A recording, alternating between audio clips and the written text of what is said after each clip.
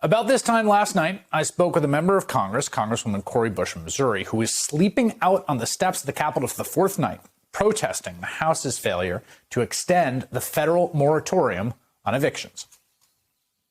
I know what it's like to have to walk through every single piece of what happens when an eviction is possible in your life, and then what happens when you are actually evicted, and what that does to you emotionally, physically, mentally, what it does to your family. Like, it is actual violence on a person, to be evicted. And I don't wish that on anyone.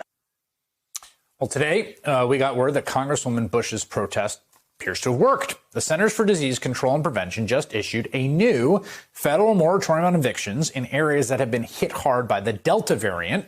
The order will remain in place until October. Democratic Senator Elizabeth Warren of Massachusetts has been championing this cause, along with her colleague Cori Bush, joining her on the Capitol steps over the weekend to demand the moratorium be extended. And Senator Warren joins me now. There was a lot of back and forth among folks about the legality here. People said, look, the CDC had issued this. It had been challenged in court. The Supreme Court sort of narrowly let it go. It was going to expire. The White House said, oh, no, we don't have the legal authority. Now you get the pronouncement by the CDC. Is this on shaky legal ground in your view? I don't think so. Look, we're in the middle of a pandemic. The CDC has narrowed somewhat the eviction moratorium and focused it on places where the threat from COVID is the greatest. And I think that's exactly what the CDC is supposed to do. I think they're on sound legal ground. How do you understand what happened here? I mean, this really seemed to me a strange moment. Everyone's known the deadline. And then a few days beforehand, the White House said, oh, we need statutory authority. We need Congress to handle it because we don't think we have the legal authority. Then Congress couldn't do it in time. Then you get the protest. Now you get the reversal. Like, what was this just like fell through the cracks? Did someone drop the ball? Like, how did this end up here?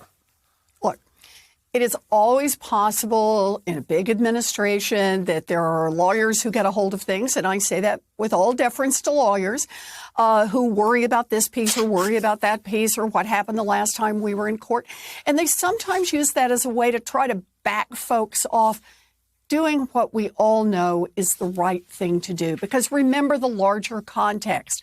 Congress had already passed a law giving the tools to the states in order to stop an eviction crisis. We'd already allocated $43 billion. And the states just hadn't gotten their acts together in too many places and had only pushed out about $3 billion of that. So this is a case where it was a crisis that was unfolding and that was unnecessary. And the way I see it is when Cori Bush said, wait a minute, I know what this is like. She spoke from the heart and she rallied people all across this nation, said this is an important moment. People started pushing back and said, in the middle of a pandemic, we are not going to throw families out on the street. We're not going to tell people to get out and couch surf and double up with relatives. It's the wrong thing to do. We're going to take a little more time and spend the money that Congress has already allocated, protect the landlords and protect the tenants. I think what we saw happen is power to the people on this one.